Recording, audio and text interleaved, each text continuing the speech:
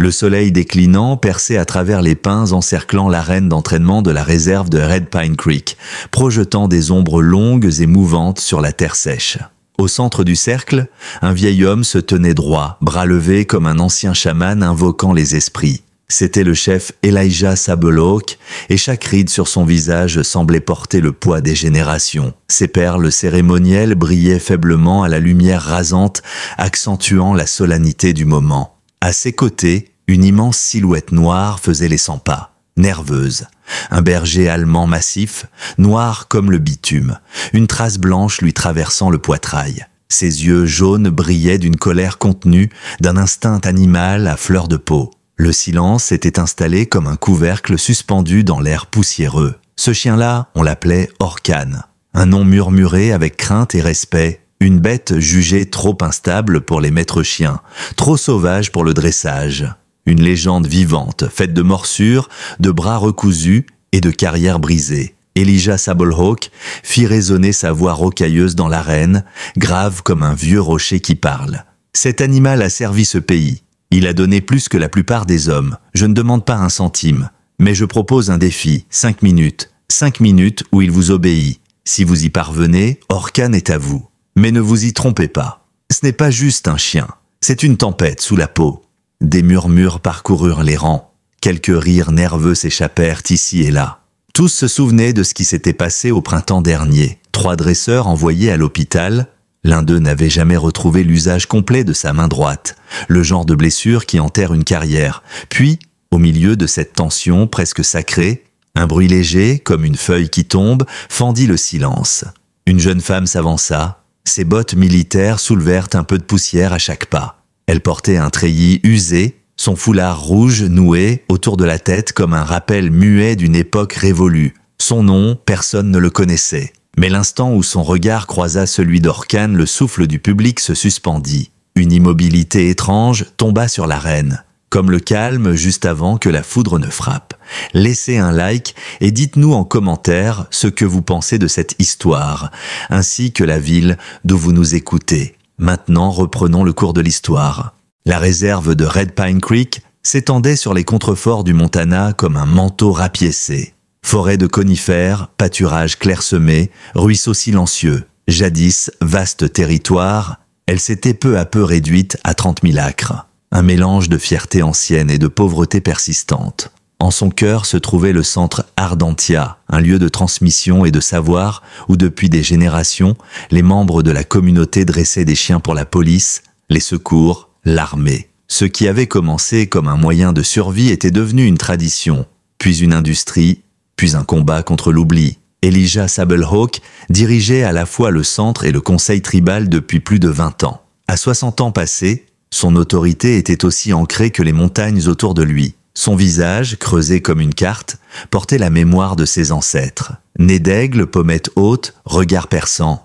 2 fois vétéran de guerre, il avait ramené de ses campagnes un mélange de discipline militaire et de sagesse tribale. Ses cheveux d'argent, tressés jusqu'au bas du dos, bougeaient comme un pendule quand il traversait les allées du chenil. Peu de gens se souvenaient du jeune Elijah, celui qui, autrefois, était tombé follement amoureux d'une secouriste blanche lors d'un sauvetage dans les montagnes. Encore moins savaient ce qu'il s'était passé ensuite. Le nom de cette femme avait été murmuré, puis oublié, Selene Whitmoor. Elle l'avait sauvée d'une crevasse glacée au prix de sa propre sécurité. Elle était repartie seule, portant un enfant qu'Elijah n'avait jamais reconnu officiellement. La jeune femme qui venait de s'avancer dans l'arène était cet enfant. Elle s'appelait Naya Whitmoor, 23 ans. Les cheveux noirs de son père, les yeux verts de sa mère. Une démarche tendue, précise, comme une lame bien affûtée. Elle avait servi 3 ans en Afghanistan en tant que sergente dans une unité d'intervention. Une blessure sérieuse à la mâchoire, encore rosée, lui avait valu une médaille et une évacuation. Les cauchemars, eux, étaient rentrés avec elle. Elle n'était pas venue pour un défi.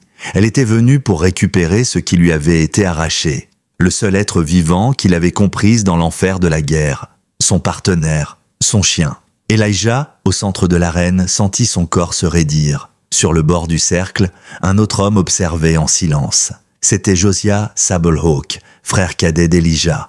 À 55 ans, il portait toujours ce regard glacial, calculateur, celui d'un homme qui attend son heure depuis trop longtemps. Là où Elijah incarnait la tradition, Josiah rêvait de projets ambitieux, d'accords avec des investisseurs extérieurs, de modernisation à tout prix. Et Naya représentait une menace, un fantôme du passé venu bousculer ses plans d'avenir. Mais sous les yeux de tous, quelque chose d'inattendu se produisit. Orkan cessa de tourner, ses oreilles se dressèrent, sa posture, jusque-là tendue, devint attentive. Le public retint son souffle. Elijah porta la main à son sifflet, prêt à intervenir si le chien attaquait. « Ce n'est pas une bonne idée, mademoiselle », prévint-il, sa voix rugueuse, trahissant une certaine inquiétude. « Ce chien a des séquelles plus graves que la plupart des soldats que j'ai connus. Il n'obéit à personne. » Naya ne le regarda même pas. Son regard était fixé sur Orkan, ancré, impassible. « Il n'est pas un inconnu pour moi, chef Sablehawk », répondit-elle d'une voix claire que tous purent entendre. Elle avait appuyé sur son nom comme une gifle verbale. Elijah fronça les sourcils.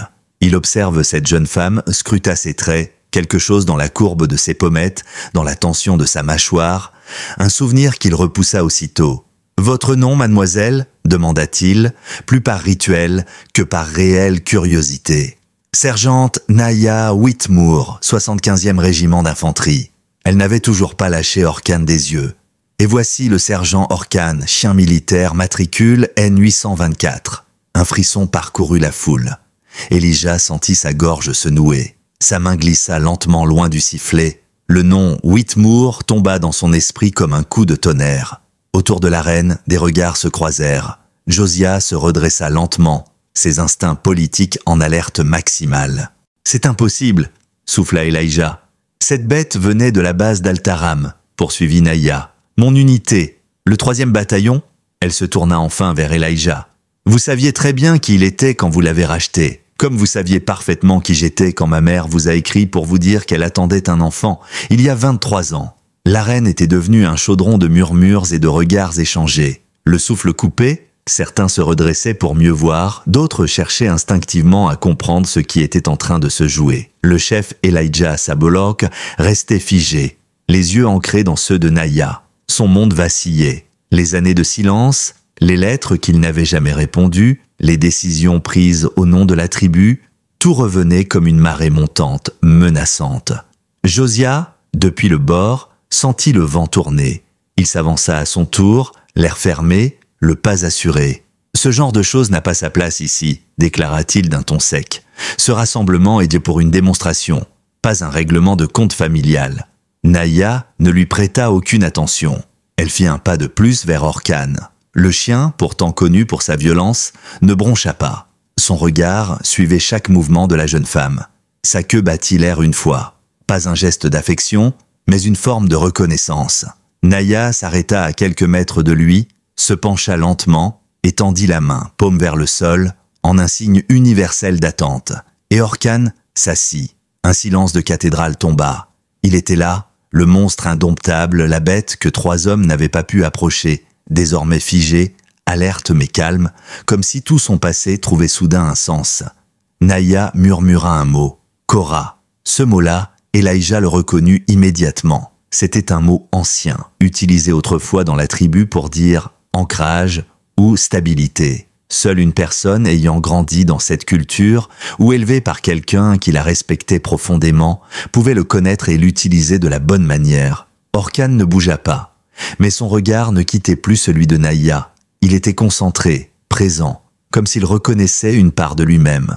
Le cœur d'Elijah se serra. Aucun doute ne restait. Seule une personne ayant servi avec ce chien pouvait obtenir une telle réponse. Et ce nom, Whitmoor. Il n'y avait qu'une seule possibilité, une seule vérité qu'il avait fui pendant plus de 2 décennies. Il leva soudain la main. « Tout le monde dehors !»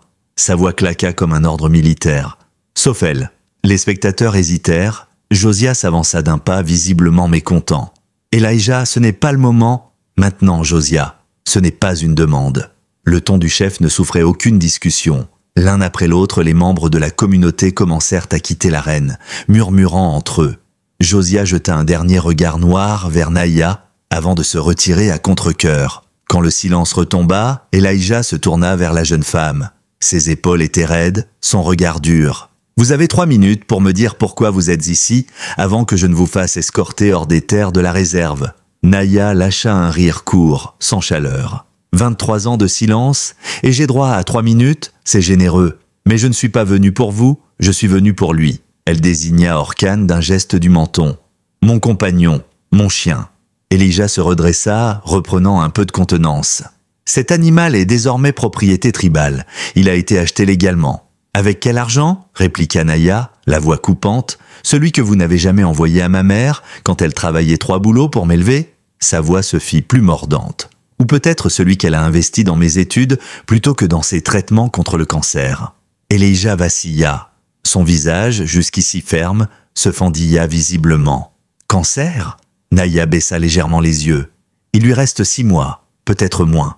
Elle m'a demandé de vous retrouver. Pas pour vous, pour elle. Elle voulait une forme de paix. Et moi, je voulais juste récupérer mon chien. Orkan émit un petit gémissement, une plainte à peine audible, comme s'il sentait la détresse dans l'air. Josiah, jusqu'ici silencieux, réapparut soudain à l'arrière de l'arène, 2 policiers tribaux et une femme âgée à ses côtés. C'était Alma Hawkeyes, doyenne du conseil tribal, respectée pour sa droiture et sa mémoire d'éléphant. Cette femme n'a aucun droit ici, lança Josiah avec autorité. Elle trouble l'ordre, elle propage des accusations non fondées. C'est ma fille, Josiah. Les mots tombèrent de la bouche d'Elijah comme des pierres. La salle se figea. Alma s'approche lentement, posant sur Elijah un regard lourd d'histoire. « L'enfant de Selene Whitmore ?» demanda-t-elle. Elijah acquiesça d'un simple signe de tête, incapable de soutenir son regard. « Alors, elle est Sabolhawk de sang, et personne n'aura le droit de la faire partir, » déclara Alma, son ton ne laissant aucune place à la discussion. Elle se tourna vers Josiah, dont le visage avait pâli sous la colère rentrée. « Laissez-nous » Josiah recula lentement, escorté par les gardes hésitants. Quand le calme revint, Alma se pencha vers Naya, scrutant longuement son visage comme on déchiffre une écriture ancienne. « Tu as le feu de ta grand-mère dans le regard, ce même feu que ton père a oublié en chemin. Pourquoi es-tu venue, fille de Selene ?» Naya indiqua Orkan du regard. « Pour lui. Et parce que ma mère meurt. Elle voulait qu'il y ait un avant et un après. » Alma prit doucement la main de la jeune femme entre les siennes, parcheminée et chaude. « Il existe plusieurs sortes de paix, enfant. Celle que l'on trouve avec les autres et celle que l'on cherche en soi-même. » Elle relâcha sa main et se tourna vers Elijah. « Tu as trop longtemps marché dans l'ombre, neveu. Il est temps de regarder la vérité en face. » Puis elle sortit, laissant le père et la fille seuls dans l'arène vide. Elijah se dirigea vers la barrière en bois, s'y appuya, le dos courbé par un poids invisible. « Ta mère m'a sauvé la vie, » murmura-t-il. « T'a-t-elle raconté ça ?»« Elle m'a tout raconté, » répondit Naya. « Le blizzard, la crevasse, comment vous lui aviez promis une vie, et comment le conseil vous a menacé de vous déchoir si vous l'épousiez. » Elijah se retourna, le regard troublé. « Ce n'est pas si simple. » Elle a trouvé les lettres, chef Sabolhawk, celles de votre père, celles qui disaient que vous perdriez tout si vous choisissiez ma mère. Il ferma les yeux un instant, comme accablé par les années. J'étais un lâche. Je me suis convaincu que je protégeais la tribu, que j'honorais les anciens. Mais en réalité, j'avais peur. Naya resta silencieuse. Orkan s'approcha d'elle, se frottant doucement à sa jambe. Elle posa une main distraite sur sa tête, trouvant dans ce geste un apaisement étrange. Elijah reprit, plus bas, « Je pensais à vous deux, chaque jour. » Un bruit de voix s'éleva soudain dehors.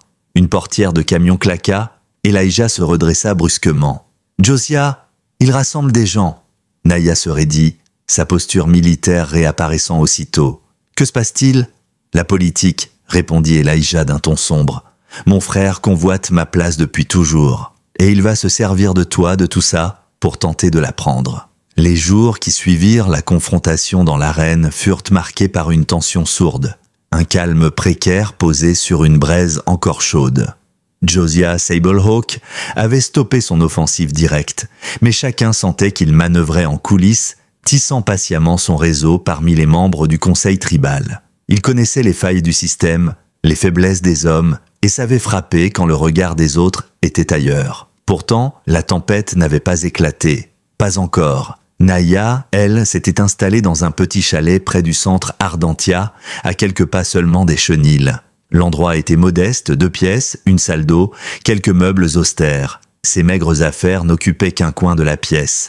Mais Orkan était là, toujours à ses côtés, comme un prolongement silencieux de son ombre. Il ne la quittait pas d'un pas. Chaque matin, avant le lever du soleil, elle sortait marcher avec lui autour du terrain d'entraînement. Les pins dansaient dans la brume, les feuilles craquaient sous leurs pas, et l'air portait l'odeur de la sève et du givre. Pour la première fois depuis son retour d'Afghanistan, Naya respirait à nouveau. Elijah Sabelhawk l'observait souvent de loin sans oser l'approcher. Il notait la précision de ses gestes, cette façon de scanner l'environnement comme un soldat en territoire hostile. Il retrouvait en elle une part de lui-même, et cela le bouleversait plus qu'il ne l'aurait cru. Le 3e jour, Naya se présenta sans un mot devant les chenils à l'aube. Elle avait passé une veste en toile, le foulard toujours noué autour de sa tête. Personne ne lui avait demandé de venir, personne ne l'avait accueillie. Elle avait juste commencé à travailler avec les cas difficiles. Les chiens agressifs, les peureux, les traumatisés. Orkan restait à quelques mètres, en sentinelle. Ben, croque d'ours, le dresseur principal du centre, observa la scène un long moment avant de rejoindre Elijah sous l'auvent du bureau principal. Il croisa les bras. Elle a quelque chose. Ses chiens l'écoutent, comme si elle leur parlait dans une langue oubliée. Elijah hocha lentement la tête. Une fierté douloureuse montait en lui. Sa grand-mère était comme ça. Ma mère pouvait apaiser n'importe quelle bête. Même les ours blessés venaient à elle. Ben le regarda de biais. Le sang parle, même quand on fait semblant de ne pas l'écouter. Elijah détourna les yeux, frappé par la justesse du propos. Il s'éloigna sans répondre, prétextant une pile de paperasse à traiter. Plus tard ce jour-là, un coursier se présenta au centre, un pli à la main. Il le tendit à Elijah, qui reconnut aussitôt l'écriture. Une calligraphie fine et inclinée, celle de Selene. Son cœur se serra. Il fit porter la lettre à Naya par l'un des jeunes stagiaires. Puis il retourna s'asseoir derrière son bureau, l'esprit ailleurs. Le poids du passé lui revenait en vagues, de plus en plus lourde. Naya, elle, s'était assise sur le porche de son chalet. Orkan reposait sa tête sur ses genoux, ronflant doucement. Elle tenait la lettre contre elle, hésitante. Finalement, elle l'ouvrit. Des nouvelles médicales, aucune bonne. Le cancer s'était étendu plus vite que prévu. Les médecins parlaient désormais en semaines. Elle lut les mots en silence, le regard brumeux. Puis elle plia la lettre avec soin, la glissa contre son cœur et enfonça son visage dans la fourrure chaude d'Orkan. On devrait être là-bas, mais elle m'a fait promettre de finir ce qu'on a commencé. Des pas se firent entendre. Naya releva la tête, les traits déjà tendus. Josiah se tenait à quelques mètres, sa silhouette mince découpée par la lumière du crépuscule. Il portait une chemise impeccable, un sourire sans chaleur et dans la main un dossier épais. « Ma nièce !» dit-il sans la moindre trace de familiarité dans la voix. Orkan grogna bas. Naya posa une main calme sur son cou. « Je doute que nous ayons quelque chose à nous dire. » Josiah ne bougea pas. Il resta juste hors de portée du chien. « Tu ne seras jamais une des nôtres. Ton sang ne suffit pas. Ce n'est pas ça, être Blackwood. » Elle haussa les épaules. « Je n'ai jamais rien revendiqué. Je suis venu pour mon chien. » Josiah la scruta un moment. « Alors pourquoi restes-tu? Que veux-tu vraiment ?» Naya se leva lentement. Orkan se leva avec elle, imposant. « Ce qu'on m'a volé. Un père, des racines, la vérité. » Josiah sourit, un sourire froid comme l'acier. « La vérité, c'est que ton père a fait le bon choix, le seul choix. Il a protégé la tribu. Il a renoncé à toi, oui, mais pour quelque chose de plus grand. » Elle le regarda avec dégoût. « Et tu es venu me dire ça pourquoi? Me convaincre? Me faire repartir ?» Il leva lentement le dossier. « Je suis venu t'offrir une solution. Le conseil dispose d'un fonds discrétionnaire. Je peux t'en attribuer une partie, de quoi payer les soins de ta mère et repartir loin d'ici. » Les traits de Naya se durcirent. « Tu veux m'acheter ?» Il ne nia pas. « Je t'offre un moyen de tourner la page. Tu veux sauver ta mère, non ?» Le nom de Selene dans la bouche de cet homme eut l'effet d'un coup de couteau. Naya s'avança d'un pas menaçante. « Ne parle pas d'elle, tu n'en as pas le droit. » Il haussa les épaules, imperturbable. Réfléchis, quand Elijah partira, et ce moment viendra, les choses changeront ici, et ceux qui refusent de s'adapter seront balayés. Il tourna les talons, puis s'arrêta. Et si tu veux vraiment savoir ce que faisait ton père pendant ton enfance, demande-lui donc ce qu'étaient ces virements mensuels à une certaine banque de Laurel Creek. 15 ans de dépôt réguliers, jusqu'à ce qu'il s'arrête, curieusement, à peu près au moment où tu t'es engagé. Il repartit, laissant Naya plantée là, les poings serrés, l'esprit en vrac. Le lendemain matin, un ciel bas et lourd pesait sur les collines de Red Pine Creek. La pluie s'était retenue toute la nuit, comme si elle-même attendait que les choses éclatent. Elijah Sabelhawk arriva au centre plus tôt que d'habitude, la mâchoire crispée, le pas inquiet. Il n'avait pas dormi. Quelque chose dans l'attitude de Josiah la veille lui avait laissé un goût amer, un pressentiment qu'un coup était en préparation. Lorsqu'il entra dans l'arène intérieure, il s'arrêta net. Naya était déjà là. Elle travaillait avec un jeune berger allemand fougueux, encore trop brut pour les simulations. Orkan se tenait à l'écart, en posture d'observation. Elijah resta dans l'ombre, la regardant donner des ordres calmes, précis, sans jamais hausser le ton. Le chiot bondissait, testait ses limites, mais toujours, elle le ramenait au calme avec un mot, un geste, une posture. Elle était douée, indéniablement. Quand elle se redressa, elle sentit sa présence. Sans se retourner, elle lança. « Vous me regardez depuis combien de temps ?» Elijah avança, main dans les poches. « Suffisamment pour voir que tu as hérité du don de ta grand-mère. » Il s'arrêta à une distance respectueuse. « Tu es meilleur que la plupart de mes dresseurs. » Elle haussa une épaule. « Ma mère ne pouvait pas se permettre un chien quand j'étais petite. Alors je traînais dans les refuges, juste pour les observer, les approcher. » Un silence. Puis Elijah murmura. « Et ta mère, comment va-t-elle » Naya se tourna enfin vers lui, le regard vide. « Les médecins disent que c'est plus rapide que prévu. Elle ne devrait même plus pouvoir parler autant. » Mais elle s'accroche. Sa voix resta posée, mais Elijah sentit chaque mot comme une lame. Il aurait préféré une explosion, un cri, une colère. À la place, il recevait ce calme glacial, ce détachement construit sur des années d'absence. Elle reprit « Elle m'a demandé de rester ici jusqu'à ce que je trouve des réponses, jusqu'à ce que je retrouve Orkan. » Une pause. « Josiah m'a dit hier que vous aviez envoyé de l'argent pendant 15 ans. Est-ce vrai ?» Elijah baissa la tête. « Oui. Pourquoi ?» demanda-t-elle simplement. « Pourquoi envoyer de l'argent mais jamais un mot, jamais un appel ?» Il inspira profondément, puis s'assit sur un banc près de la barrière. Son dos semblait plus voûté que la veille. « Parce que c'était le minimum, parce que je ne pouvais pas tout effacer. Mais je ne pouvais pas affronter ta mère non plus, ni toi. » Naya hocha lentement la tête. « Mais m'abandonner, ça, vous pouviez. » Il ferma les yeux un instant. « Non, je ne pouvais pas. Mais je l'ai fait. Je pensais protéger quelque chose. La tribu, mes responsabilités.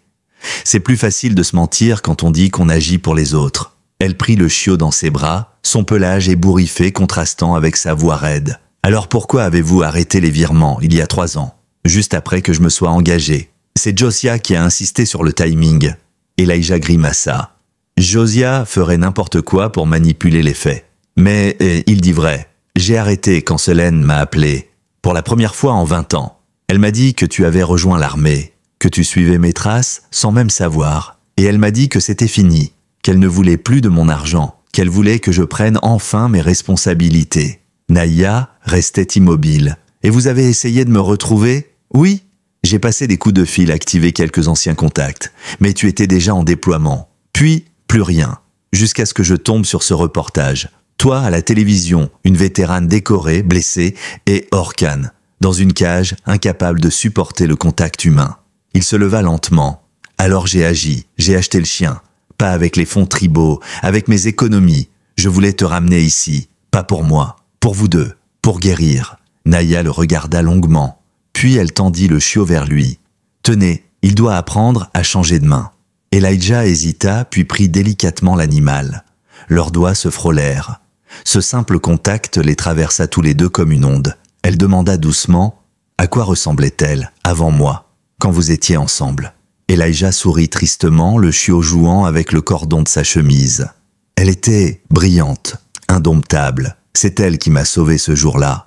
Elle a traversé la montagne dans un blizzard, seule. J'ai demandé pourquoi elle avait désobéi aux ordres. Elle m'a dit « Les ordres stupides ne méritent pas d'être suivis. » Naya esquissa un sourire. « Ça lui ressemble. » Elijah reprit « Elle aimait les orages. Elle me traînait dehors pour les voir arriver. Elle disait que c'était le ciel et la terre qui se disputaient et qu'on avait de la chance d'être témoin. » Naya murmura « Elle ne rit plus autant. » Cette phrase suspendit le temps. Ben Croque-d'Ours déboula alors, le souffle court, la radio de service dans la main. « Chef, on a un problème. Josiah vient de convoquer une réunion d'urgence du conseil. Il pousse pour un vote de défiance contre vous. » Elijah se leva d'un bond. « Pour quel motif ?» Ben jeta un regard gêné vers Naya. « Il vous accuse de détournement de fonds. Il dit que vous avez utilisé l'argent de la réserve pour acheter Orkan. » et il montre les virements faits à Selene comme preuve. Le visage d'Elijah se durcit. Ce sont mes fonds personnels, pas un centime de l'argent tribal. Peut-être, admit Ben, mais certains conseillers commencent à douter, et Josiah est revenu avec les promoteurs du projet de casino. Les mêmes qu'on avait rejetés l'an dernier, ils offrent le triple cette fois. Elijah se tourna vers Naya, la mâchoire tendue. « Il faut que j'y aille. » Elle acquiesça. « Allez-y, c'est votre combat. » Mais une voix résonna dans sa tête. Sa propre mère, affaiblie, lui disant « Ce centre est un refuge pour les chiens, et peut-être pour toi. » Naya caressa machinalement la tête d'Orkan. Elle regarda Elijah partir et se demanda, malgré elle, si elle avait encore le droit de rester en dehors de tout ça. L'après-midi, l'atmosphère dans la grande salle du conseil tribal était électrique. Chaque chaise était occupée. Les anciens, les membres du clan, les familles, les curieux. Tous les regards convergeaient vers une scène familière, mais cette fois profondément divisée. Josiah Sablehawk trônait au centre de la pièce, derrière un pupitre, où il avait fait projeter des chiffres, des tableaux, des courbes financières. Sa voix, lissée et rhétorique, portait sans effort à travers la salle. Le centre Ardentia perd de l'argent chaque année. Nous maintenons en vie une institution désuète pendant que nos jeunes quittent la réserve, faute de perspective. Il fit une pause, levant un document. Les promoteurs que je représente proposent une alternative. Un complexe touristique et hôtelier sur les terres du Nord. Des emplois, des bourses, une école rénovée. Autour de la table, quelques conseillers hochèrent la tête. D'autres fronçaient les sourcils. Certains semblaient simplement fatigués. Mais Alma Hawkeyes, assise au fond, n'avait pas bronché. Elle attendait son moment.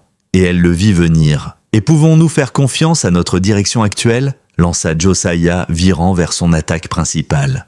Le chef Elijah a détourné des fonds tribaux pour des dépenses personnelles. Des virements mensuels pendant 15 ans à une femme non membre de la communauté. Et récemment, l'achat d'un chien militaire, prétendument pour le centre, sans consultation, ni vote du conseil.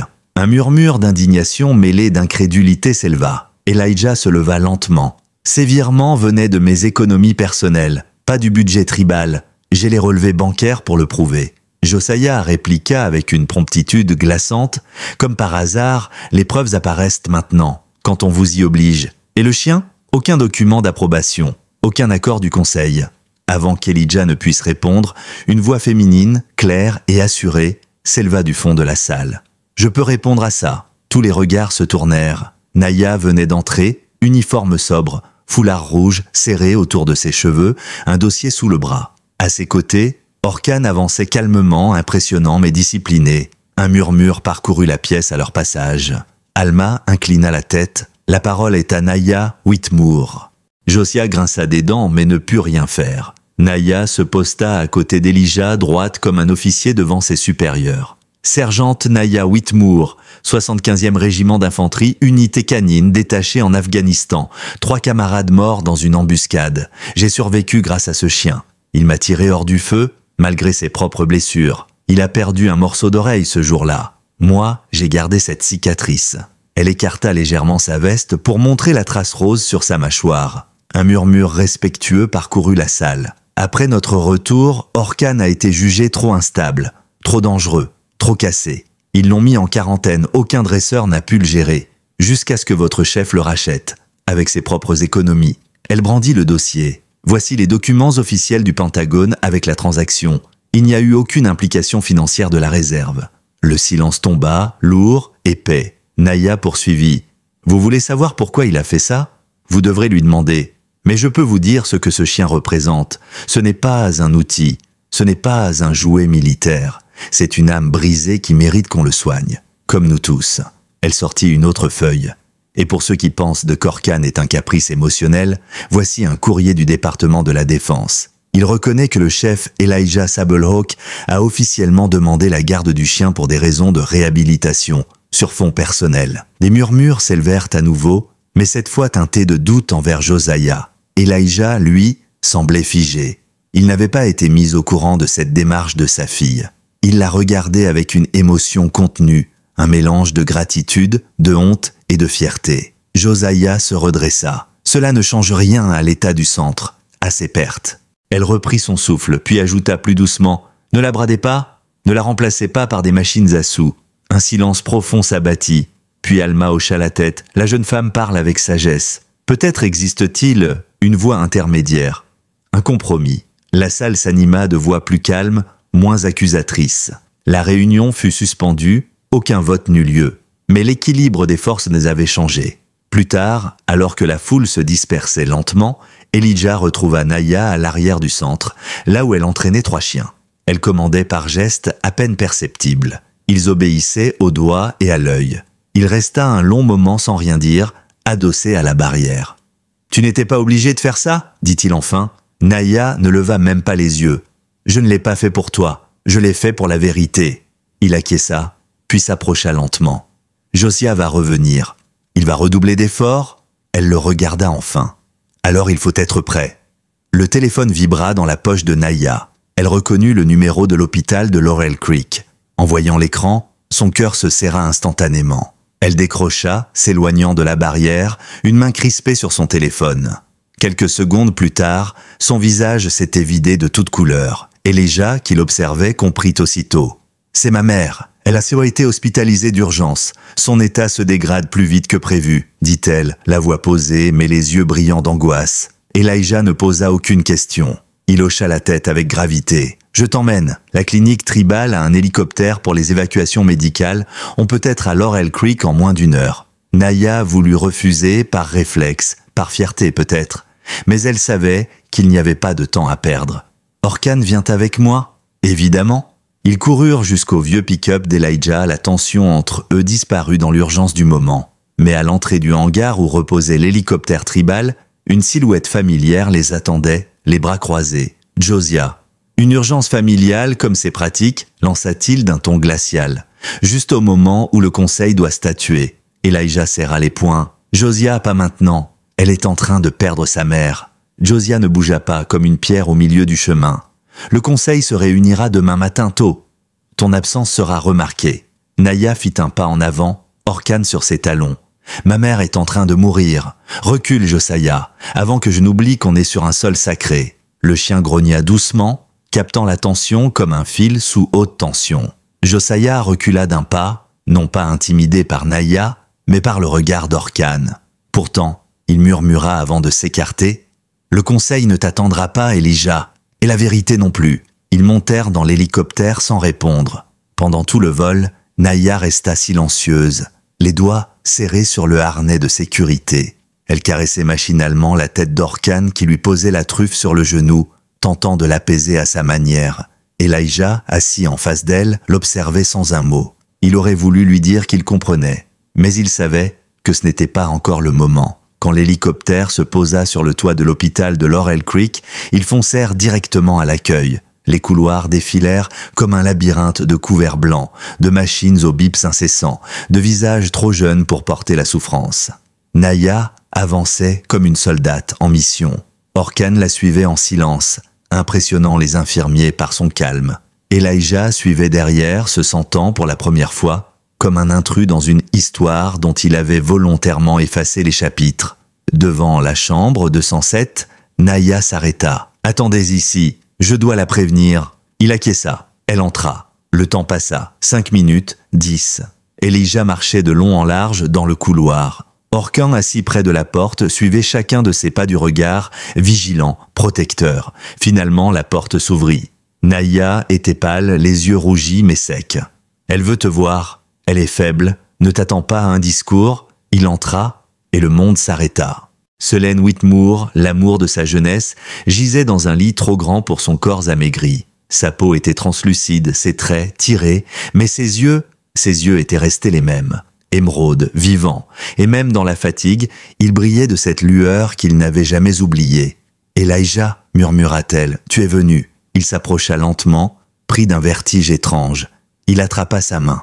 Elle était si légère. « Je suis là. Je suis désolé. » Elle secoua doucement la tête. « Pas le temps pour les regrets. Tu l'as vue, notre fille ?» Il tourna la tête vers Naya, restée au pied du lit, les bras croisés sur la poitrine. « Elle est extraordinaire. Comme toi. » Selene eut un sourire fugace. « Et aussi têtue que toi. » Elle serra sa main plus fort que ce qu'il aurait cru possible. « J'ai gardé toutes tes lettres, Elijah. Même quand je t'en voulais, même quand je croyais que c'était mieux de l'éloigner de toi. Je les ai toutes lues, encore et encore. » Ses yeux se tournèrent vers sa fille. « Naya ?» Le coffret. Naya s'approcha du placard, en sortit une boîte à chaussures bleues, attachée par un ruban décoloré. Elle la posa sur les draps. « Ouvrez-la !» Tous les deux. Elijah retira lentement le ruban.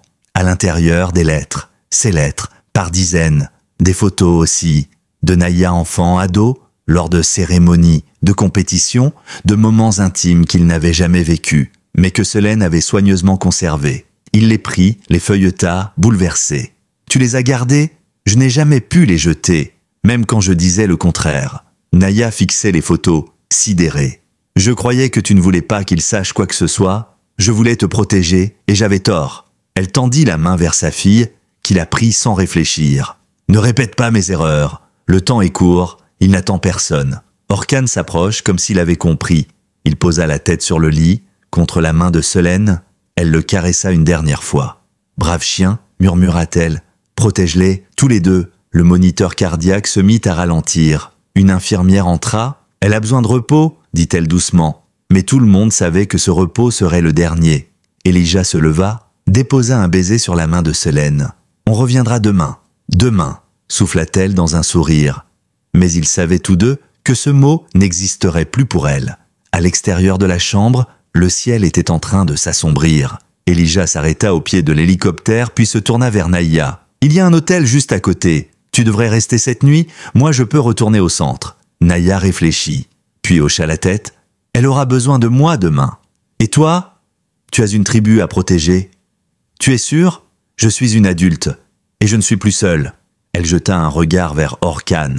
Elijah acquiesça, puis monta dans l'hélicoptère. Elle le regarda s'éloigner, la silhouette se fondant dans le ciel. Mais ce qu'elle ne vit pas, c'est que, quelques instants plus tard, un pick-up sombre se gara sur le parking de l'hôpital. Josiah en descendit, une enveloppe à la main, et un plan en tête. La nuit tombait sur Laurel Creek. Un silence pesait dans les couloirs du service d'oncologie, brisé seulement par les bips réguliers des moniteurs et les pas feutrés du personnel médical. Dans la chambre 207, une lampe à la lumière tamisée baignait le visage de Selene d'une lueur dorée. Naya était assise à ses côtés, la main posée sur la sienne. Orkan, fidèle et silencieux, reposait à ses pieds, le museau posé sur le sol, ses oreilles réagissant au moindre mouvement. Elle n'avait pas quitté la pièce depuis qu'Elijah était reparti. Même quand une infirmière lui avait proposé un lit de repos, elle avait refusé. Elle ne devrait pas mourir seule. Pas après avoir tout traversé pour moi.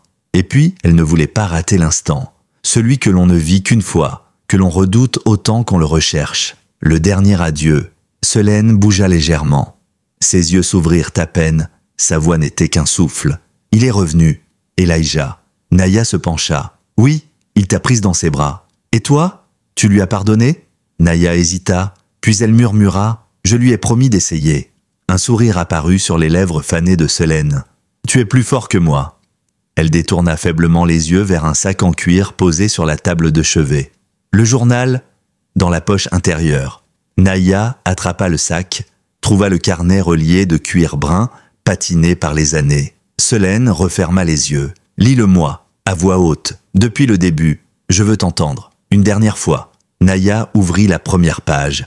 L'écriture de sa mère était fluide, élégante, presque musicale. 15 octobre. Le blizzard est tombé d'un seul coup. 3 alpinistes piégés sur la crête nord, ordre de ne pas tenter la traversée. J'y suis allé quand même. Elijah a traversé à mes côtés, comme si la montagne lui parlait. Quand ma ligne s'est rompue, c'est lui qui m'a rattrapé. Il a des yeux comme des pierres sombres, mais il brille. Je ne devrais pas écrire ça. Je suis une professionnelle. Et pourtant, je n'arrive pas à penser à autre chose que la chaleur de sa main sur mon bras. Naya sentit sa gorge se serrer. Elle tourna la page. 20 novembre.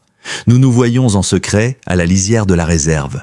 Il me parle de traditions que je ne comprends pas encore. Moi, je lui parle des hôpitaux de campagne, du vacarme des hélicos, de la neige et des gens qui meurent trop vite. On se comprend, même quand on ne parle pas. Elle leva les yeux vers Selene. Sa mère ne bougeait plus, mais elle écoutait. Les larmes coulaient silencieusement sur ses tempes.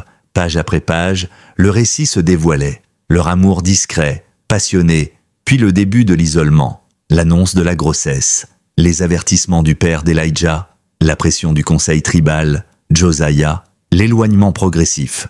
Le cœur brisé. 3 février. Je suis enceinte. 6 semaines. Il ne le sait pas encore. Mais Josiah le soupçonne.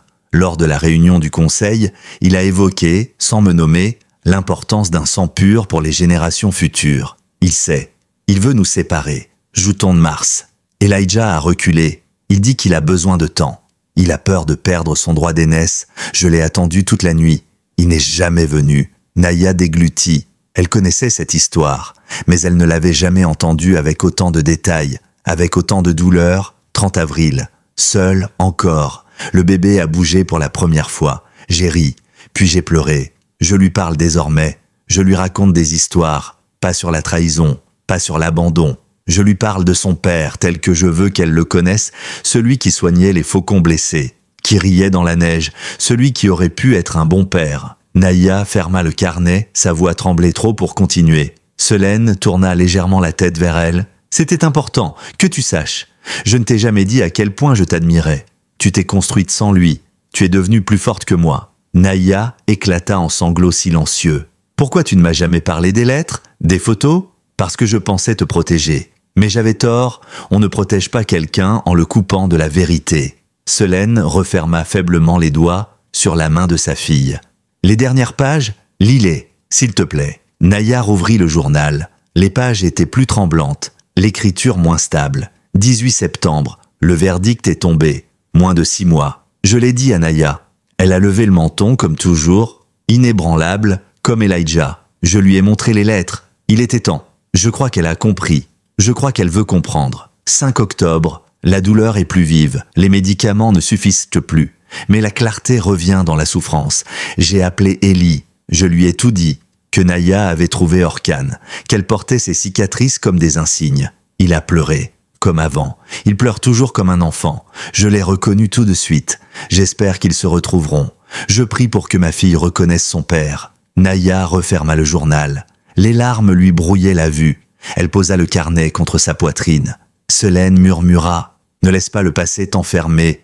Il y a encore du futur devant toi. À ce moment précis, une infirmière entra, son regard sérieux. Il faudrait appeler le médecin. Elle entre dans la dernière phase. Naya acquiesça. Elle serra la main de sa mère. Je suis là? Jusqu'au bout. Selène tourna la tête vers Orkan. Reste toi aussi. L'infirmière voulut protester. Mais un regard de Selène, même faible, suffit. Le chien peut rester. Orkan posa doucement son museau sur le lit. Contre la main de Selène, elle caressa une dernière fois sa tête avec une tendresse infinie. Veille sur eux. Le moniteur ralentit. Les sons devinrent plus distants. Une dernière respiration. Un dernier murmure, puis le silence. Naya resta là, tête baissée, main posée sur celle de sa mère, les épaules tremblantes. Orkan gémit faiblement, puis posa sa tête sur les draps, comme s'il veillait une reine endormie. Dans le couloir, personne ne vit Josiah glisser une enveloppe sous la lanière du sac de Naya. Ni son regard satisfait, ni son appel discret passé au téléphone une minute plus tard. Mais tout allait bientôt basculer. L'aube filtrait à peine à travers les stores de la chambre d'hôpital lorsque le silence de la mort s'installa pleinement. Dans le couloir, Naya était assise, dos au mur, le journal de sa mère serré contre sa poitrine. Elle n'avait pas versé une larme depuis les dernières minutes de Selène. Ce n'était pas qu'elle ne souffrait pas. C'était que la douleur était devenue un bloc compact, trop dense pour s'exprimer autrement que par le silence. Quand elle ressortit de l'hôpital, le soleil commençait à poindre au-dessus des montagnes. Orkan trottinait à ses côtés, alerte, presque impatient. Elle s'arrêta à mi-chemin du parking. Une silhouette l'attendait près du portail. Elijah. Il la regarda et un simple regard lui suffit pour comprendre. Il baissa la tête. « Je suis désolé. Je n'ai pas pu revenir à temps. » Naya hocha la tête. « Elle a parlé de toi jusqu'au bout. Elle a dit qu'elle te pardonnait et qu'elle était désolée, elle aussi. » Elijah vacilla. Il inspira profondément, comme pour se maintenir debout. « Et toi ?» Naya ne répondit pas tout de suite, puis doucement, elle m'a demandé d'essayer. Alors j'essaie. Elle sortit de son sac une enveloppe plus ancienne portant son prénom. Elle a laissé ça pour toi. Elijah la prit avec des mains tremblantes. Il ne l'ouvrit pas, pas encore. Puis elle ajouta plus durement, Josiah est venu me voir. Il m'a proposé de l'argent pour que je disparaisse. Elijah serra les poings. Il est allé jusque-là? Il a laissé une enveloppe. $20,000 en liquide. Tu l'as prise? Elle le fixa. Je l'ai jetée. Il hocha la tête. Mais dans ses yeux, il y avait autre chose. De la peur, de l'urgence. Alors il va accélérer les choses. Son téléphone sonna. Il répondit, s'éloignant légèrement. Son visage se tendit au fil de l'appel. Lorsqu'il raccrocha, il sembla vieillir de 5 ans. Le conseil se réunit ce soir. Josiah a convoqué une session d'urgence. Il prétend avoir des preuves que j'ai détourné de l'argent du centre, des faux dossiers, des relevés trafiqués. Si je n'apporte pas les vrais documents avant le vote, il gagne. Naya fronça les sourcils. Les vrais documents? Dans mon bureau? Dans le coffre-fort derrière mon bureau. Mais il est verrouillé. Il te faudrait le code. Naya leva un sourcil. Donne-le-moi, je vais les chercher. Elijah secoua la tête. Pas question, ce n'est pas ta guerre. Si, Saleste, c'est la guerre de ma mère aussi. Elle a cru en ce centre, elle a cru en toi. Et je ne laisserai pas Josiah salir ce qu'elle a aimé. Il hésita, puis souffla. Le code, c'est le 1510, le 15 octobre, le jour où je l'ai rencontré. Naya le fixa. Ce code, il l'avait gardé toutes ces années, intact. Elle tourna les talons. Je prends l'hélico. Dis au pilote de rester prêt. Orkan la suivit sans hésiter. Elijah la regarda s'éloigner, silhouette droite, résolue, déterminée, et pour la première fois, il se demanda si le sang qu'elle portait n'était pas la seule part de lui dont il pouvait être fier. Le ciel était gris, chargé d'orage, lorsque l'hélicoptère tribal entama sa descente sur Red Pine Creek. Les arbres, en contrebas, semblaient frissonner sous le vent montant. Naya, assise droite, fixait l'horizon sans cligner des yeux. Orkan, fidèle, se tenait à ses pieds, les muscles tendus, comme s'il anticipait déjà la confrontation à venir. 15 minutes avant le vote, annonça le pilote. Vous voulez que je reste en rotation? Naya hocha la tête. Garde le moteur chaud. On ne va pas traîner. L'appareil se posa derrière les bâtiments du centre Ardentia, loin des regards. Dès que les patins touchèrent le sol, Naya sauta à terre et s'élança à travers le terrain détrempé. Orkan sur ses talons. Les aboiements des chiens montaient depuis les enclos, reconnaissant leur ancienne camarade, saluant son retour. Elle atteignit l'entrée principale, fermée, serrure changée. Bien sûr, Josiah ne prenait aucun risque. Elle contourna le bâtiment jusqu'à une fenêtre latérale. C'était là qu'enfant, elle espionnait les entraînements depuis les bois tapis dans les fougères. Elle frappa la vitre avec son coude, brisa le carreau, glissa la main à l'intérieur et déverrouilla. Orkan bondit à sa suite, silencieux comme une ombre. Le bureau d'Elijah était plongé dans l'obscurité. Le vieux coffre-fort se dressait contre le mur du fond, massif, poussiéreux. Naya s'agenouilla devant lui, essuya les chiffres et entra la combinaison. 1-0, 5, 1-0, un cliquetis sourd, le métal céda. À l'intérieur, des dossiers soigneusement classés, des relevés bancaires originaux, des lettres officielles, des contrats signés. Tout ce qu'il fallait pour prouver l'intégrité d'Elijah. Elle les glissa dans son sac à dos, puis son regard tomba sur une petite boîte en bois sculpté, un bijou ancien, noirci par le temps. Instinctivement, elle la prit. Quelque chose dans sa texture, dans son odeur de cèdre et de peau, lui parlait. Soudain, Orkan se raidit. Un bruit. Des pas. Naya se figea. Une voix d'homme, lointaine mais menaçante. « Je te dis qu'elle est ici !» La porte était forcée. Elle souffla un juron. Pas le temps de fuir par l'entrée. Elle se glissa sous le bureau, tirant Orkan contre elle, le forçant au silence d'un geste ferme de la main. Le chien obéit, mais ses muscles vibraient de tension. Deux silhouettes entrèrent, des hommes de Josiah. Un grand, mince, l'autre, plus trapu, avec une lampe torche. « Le coffre est ouvert », dit le premier. Elle a pris les papiers. Le second s'approcha du bureau. Naya n'eut qu'une seconde pour agir. Elle roula sur le côté, sortit de sous le meuble, et d'un geste sec balaya les jambes de l'homme qui s'écrasa lourdement. Elle bondit vers la sortie, Orkan à ses côtés. Le second homme cria « Attrape-la !» Ils coururent dans le couloir, glissant sur le carrelage humide, débouchèrent sur l'arrière du bâtiment. Dehors, la pluie battait fort, mais Naya aperçut l'hélicoptère à travers le rideau d'eau. Les pales tournaient toujours. Entre elle et l'appareil, une nouvelle silhouette se dressa. Josiah, accompagné d'un garde tribal. Il tendit la main. « Donne-moi les documents. Tu ne comprends pas ce que tu défends. Ce centre est mort. Mon frère est un fantôme. » Naya s'arrêta net. Orkan se plaça devant elle, grognement grave, sourd, puissant. « Recule, Josiah. Ce que tu fais là, c'est une trahison. » Il leva un sourcil. « Ce que je fais, c'est sauver la réserve. » Le monde change, les traditions ne paient pas les factures. Tu crois qu'un chien traumatisé va ramener la prospérité? Tu rêves. Naya ne répondit pas. Elle jeta un regard à Orcan, lui fit un geste discret. Le chien comprit immédiatement. Il fit un arc de cercle se glissant derrière les deux hommes. Josiah haussa le ton. « Tu ne partiras pas. Essaie. » Elle feinta sur la droite. Josiah tenta de la bloquer, mais Orcan surgit à cet instant, interposant son corps massif, obligeant le garde à reculer. Naya fila vers l'hélicoptère, bondit à l'intérieur, jeta le sac à dos sur le siège et cria au pilote « Décolle maintenant !» Orcan sauta derrière elle juste à temps. L'hélico prit de l'altitude. En contrebas, Josiah les regardait s'élever, trempé, furieux, les poings crispés dans le vide. Naya s'effondra dans le siège.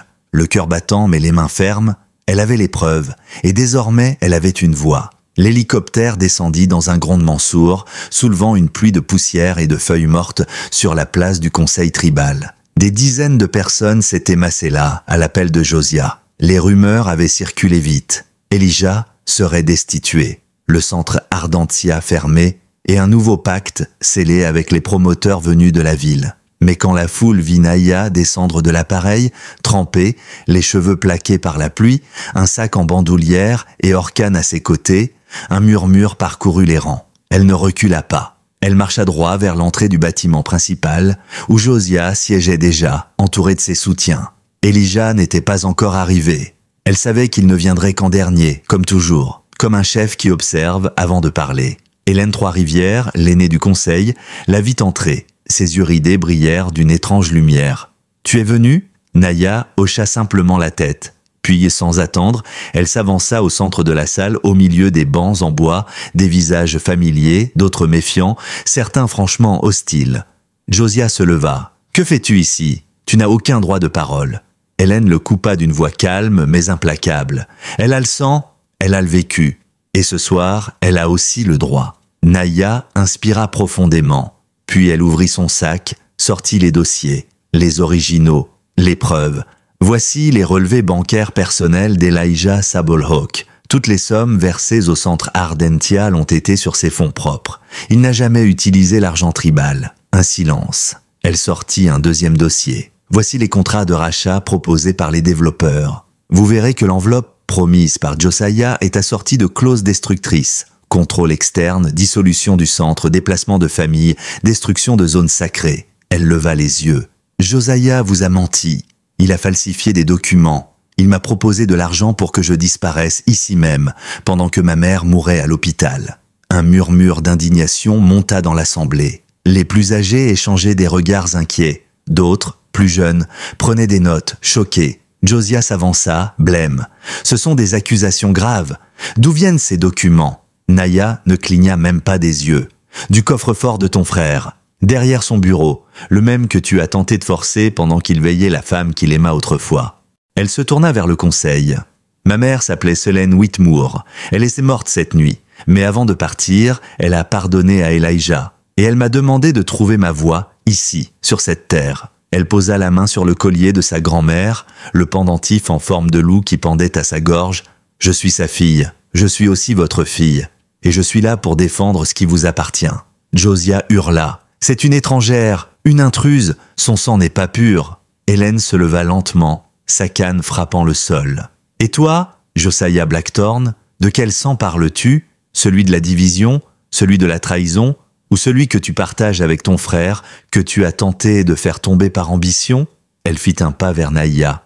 Cette femme a parlé avec le cœur, avec les preuves, avec l'héritage. Et toi, tu as parlé avec peur. À ce moment, Elijah entra. Il était debout, droit, la chemise encore humide de pluie, le visage tiré, mais son regard était plus clair que jamais. Il ne dit rien. Il s'approcha simplement de Naya, posa une main sur son épaule. Et elle, sans bouger, murmura « À toi de parler maintenant ».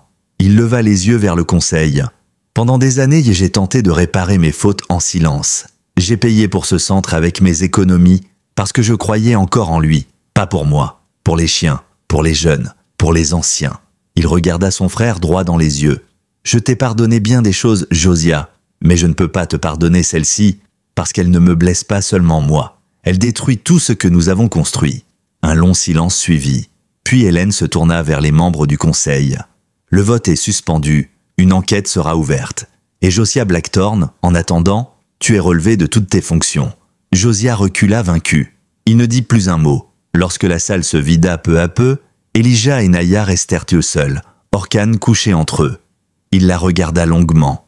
« Tu n'étais pas obligé de faire ça. » Elle répondit, sans détour, « Je ne l'ai pas fait pour toi, je l'ai fait pour elle, pour moi, et pour tout ce que vous avez laissé derrière. » Il hocha la tête. « Tu as trouvé ta voie ?» Naya regarda autour d'elle. Les murs du centre, les bancs, les photos des chiens formés ici, suspendus dans le couloir. « Je crois que je l'ai toujours eu. Il fallait juste que je l'écoute. » L'hiver s'était installé tôt cette année-là sur la réserve de Red Pine Creek. Une fine neige recouvrait les toits du centre Ardentia, les sentiers forestiers, les clôtures des enclos. Le calme semblait régner à nouveau, mais pour Naya, ce n'était pas un retour à l'ordre. C'était un commencement.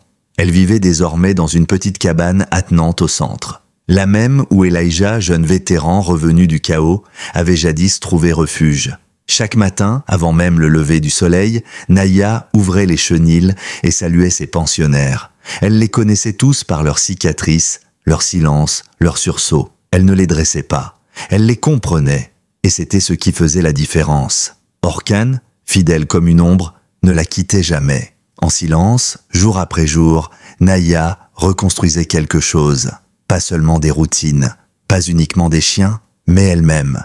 Une identité qu'elle n'avait jamais réclamée mais qu'elle avait fini par assumer, héritière d'un monde qu'on avait voulu lui cacher, gardienne d'une mémoire tissée entre deux mondes, celui de sa mère, celui de son père. Elijah, de son côté, restait présent sans s'imposer. Il l'observait de loin, parfois assis sur la vieille marche du centre, un café entre les mains, les cheveux blancs tirés en arrière. Il ne parlait pas beaucoup, mais il n'y avait plus besoin de mots, il savait. Un jour, alors que la neige recouvrait la crête de Flint Rock, ils y montèrent ensemble, là où Selene et Elijah s'étaient rencontrés, là où une partie de ses cendres devait reposer. Ils restèrent en silencieux un moment, face à l'horizon. « Je l'ai aimé plus que tout », murmura Elijah, « et j'ai tout gâché. » Naya lui tendit la petite fiole contenant les dernières cendres de Selene. Ils les dispersèrent ensemble, le vent emportant la poussière blanche dans le ciel glacé. « Elle t'a pardonné ?» dit Naya. « Moi aussi, peut-être pas entièrement. » mais assez pour qu'on avance.